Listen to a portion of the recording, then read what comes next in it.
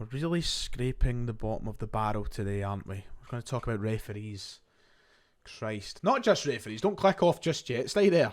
Ladies and gentlemen, welcome back to the channel. Yes, today we're going to be talking about a couple of things as we get closer to that derby. I feel like all these intros are the same. Every week we get to this, we're one day closer to the derby. As if you don't know what day of the week it is. Aye, it's Wednesday. The game's on Saturday. I'm sure you're smart enough to work it out for yourselves. But we're going to talk about the referees for the game this weekend.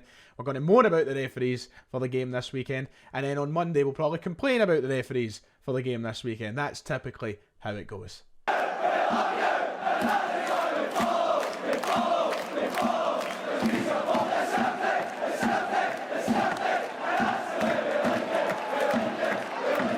Welcome back. Like and subscribe if you haven't already. It would be much appreciated as we head into this huge derby game on Saturday. It's one with quite a lot of significance to it. We win the game, we win the league effectively.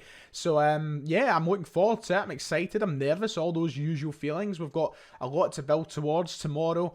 We will be recording our podcast with our final thoughts, our preview, our predictions, the whole gang. Until that's out on Friday, you know, let me know what you want to see on the channel. We've got a free space tomorrow for content. What do you guys want me to talk about? What do you think I've missed out? Let me know in the comments below and we'll try and get down to it. How are we feeling anyway? That's what I want to know. How are you guys feeling as we get close to this? What are your thoughts on this middle of the week day, Wednesday? Is it going to change come Saturday? That'll be fun to see. So let me know down below.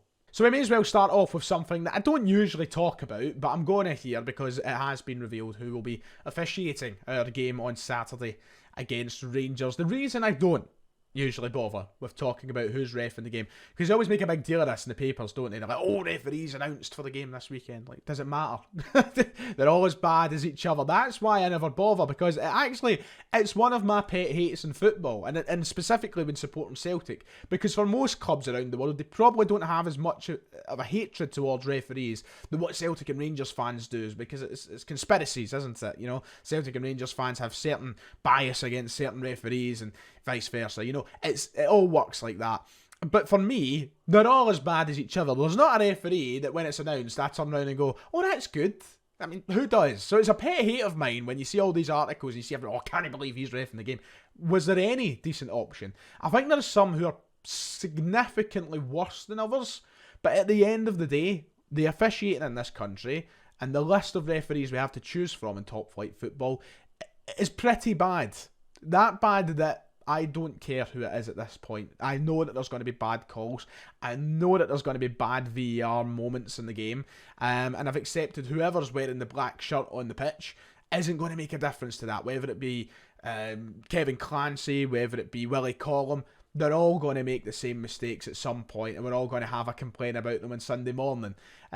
So aye, it's just a wee pet hate of mine. I've never seen why people make a big deal of it. On that note, here's your list of officials for the game on Saturday. We've, of course, got our on-park officials and our VAR people back at Clydesdale House. On the pitch, we'll have Kevin Clancy, as I previously mentioned, taking charge of the game, with his officials beside him being David McGeechy and Ross McLeod. And then back at the Clydesdale House, Nick Walsh and Daniel McFarlane will be on VAR duties. So there you go. That's basically all the names you need to know. Oh, and fourth official, of course, John Beaton. So there you go. Cheating Beaton's back in the mix as well. That's your list. You look at that list now and tell me, you know, how worse can it get? You know, there's no point in complaining. There's nobody you could have thrown in there to make it a bit better. You could have changed one of them to Willie Collum. You'd still get the same complaint. You know the point I'm trying to make? They're all fucking idiots. You know, they're all clowns. They're all bad at their jobs. You know, there's no point in complaining about one more than the other.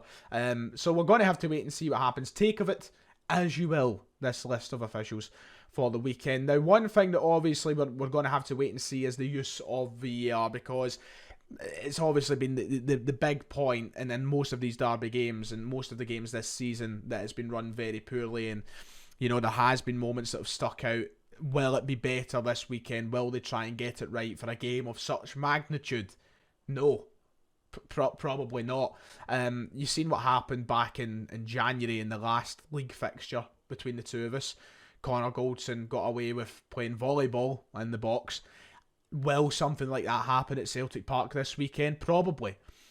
Now, Ian Maxwell's still trying to give it the teething issues comments. He still thinks it's something that will fix itself over time. we're now nearly nearly a full season into using it. They brought it in back in September, October time. So we're at a good point now where they should be comfortable with it. They're not. Not Kevin Clancy, not Nick Walsh, not John Beaton. None of these guys know how to use it properly. So I'm set for it to be an absolute mess this weekend. And I'm sure that will take up a large part of the conversation post-match on Saturday. So that's the bad news about the derby, hearing who's officiating it. We await the good news, hopefully come Friday when Ange Postecoglou gives us a fitness update, and hopefully we have a lot of players back. But I'm excited, I really am. It was good, actually. I was reading through I go on it every morning to go and see what there is to make a video with, and there was an article, an interview with Richard Goff about the game, and it was just, the headline was like, Goff fears another Parkhead pummeling, and I was like, you know what, love that. Big Goffy knows the score. Let's get into the positive news then, shall we? Let's talk about our story for today. It looks all but confirmed that Celtic will be heading to Japan this summer. It's something we've spoke about on the channel a couple of times, but reports in Japan this morning have seemed to close to confirm that Celtic will be heading over for a pre-season tournament this summer, which I'm very excited for, following on from the success of the Sydney Super Cup in winter time there. It's now time for us to go over to Japan, the homeland of many of our players now, and to kind of give a thank you could say, to the fans who have been following us since the arrival of Ange Postecoglou. Of course, we've tapped into a market over there. We've welcomed a lot of new supporters to the club who are following us from Japan, and now's the opportunity for the club to head over there and let them see it firsthand. Very exciting for the Japanese supporters, very exciting for us as well. It's just nice to see a change. I like it when pre-season comes around and we do something a little bit different. Granted, the games will be on at silly times and it's not like I'll get to go to any of them, but it's just a wee bit more exciting than the usual, friendlies down at Sheffield Wednesday or, Preston North End. Let's change it up a wee bit and let's do something different. So the latest reports were from an outlet in Japan called Nikkan Sports, and this is what they said in their article. It's a rough translation, by the way. Don't take it for exactly what they said, because Google Translate isn't the most reliable. But they've basically said European giants Manchester City and Celtic are set to come over and play J1 champions, or last season's J1 champions, Yokohama, in July. And the report says also that they are holding a match, well, they've confirmed a match between Yokohama and Manchester City in late July, with Celtic also due to play the champions as well. So there's nothing to say that Celtic will play Manchester City in this. I've used the word tournament. There's not even anything to suggest that it's going to be a tournament, but it gives that sort of vibe. Something like the Sydney Super Cup seems to be happening here, but what it does suggest is Celtic will play Yokohama Marinos, Manchester City will play Yokohama Marinos sometime in July as a pre-season trip, you could say. Which is interesting, because obviously it means a reunion for Ange, the team that we got him from, the team that he won the J-League title at, Yokohama Marinos, and also the side that Dyson Maeda and Tomoki Iwata played for. So that's great. I'm sure Ange will be buzzing about that, and the fans of Yokohama Marinos getting to be reunited with their old manager, a championship winning manager. Yeah, it's really nice. It's quite heartwarming, in fact. I'm quite happy to see it all come together. It would be one that would be absolutely amazing to go to. Like, if I had the money, I'd definitely jet myself over to go and watch it, but sadly that is not possible. But I'm excited to see it. We're just going to wait for official announcement now. It's been spoke about for so long that it does feel like it is going to happen. It's been in the tabloids and in the kind of the rumour mill since the Sydney Super Cup, actually. And now that it's been reported over in Japan the way it has this morning, it just kind of gives it more substance and more of a kind of realistic possibility of happening. I think it's great for Celtic. It's great for us as a business. And obviously I don't necessarily care how we do as a business. I watch Celtic and support Celtic for the football, for the winning. And for that factor, I'm not a suit. I don't work in the boardroom.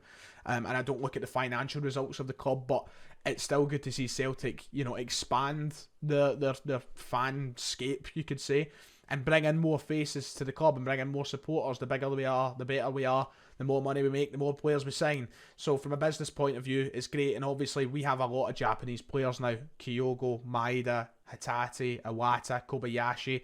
Technically, we still have Ideguchi as well. That's 6 players over the last 2 years we've signed from Japan. And they've so far 3 of them have been a massive success. And obviously we've got a couple of them who we're hoping will be a massive success as well. So, you know, it's great paying back Japan for giving us the goods, and hopefully their fans will absolutely love it. So look forward to the official announcement. I'd imagine sometime, I don't think there'll be something official until the season's done, to be honest. Plenty of time to buy tickets and such, but I think we'll finish up the season and then Celtic will go into announcing it. And one part of it all, with Manchester City being involved, which is really interesting, is the further strengthening, you could say, of the City Football Group links, the CFG links. Obviously, over the last couple of years, we've poached a few members of the City Footballing Group staff. You know, we've brought in Ange Postecoglou, who worked at Yokohama. We've brought in a couple of guys in the recruitment department who have been working very closely with the CFG, Mark Lawwell being one of them. It makes you wonder, like, how far will these ties actually go? Is there a possibility in the future that Celtic join the City Football Group? I know that's one that's probably maybe a little controversial for some folk, but it just makes you wonder. You know, I think if City Football Group wanted to get involved in the Scottish market and bring a big club into it, Celtic is probably the prime target for that. And it would obviously help us in certain departments being tied with an organisation that's now stretching over world football with so many links and so much money. You know, it could be interesting, but I'm not suggesting anything like that is happening before people put words in my mouth, but it just makes you wonder, you know, so much talk about the City Football Group over the last few years. How far does it actually go? I've just about knocked my light down. But that's about it for today. It's a quiet day. It's a quiet. This is the worst part of the season. I hate it. I know. I shouldn't say I hate it because I actually love it. You know, title parties and trophies and cup finals and all the rest of it. But it's the quietest part because, you know, things are just coming to an end and, you know, we're just kind of seeing it out now. But we're having to see it out in fashion, I suppose. Right, like and subscribe if you've enjoyed. We'll be back tomorrow on the channel. Hopefully, let me know what you want to see, and I'll see you all next time.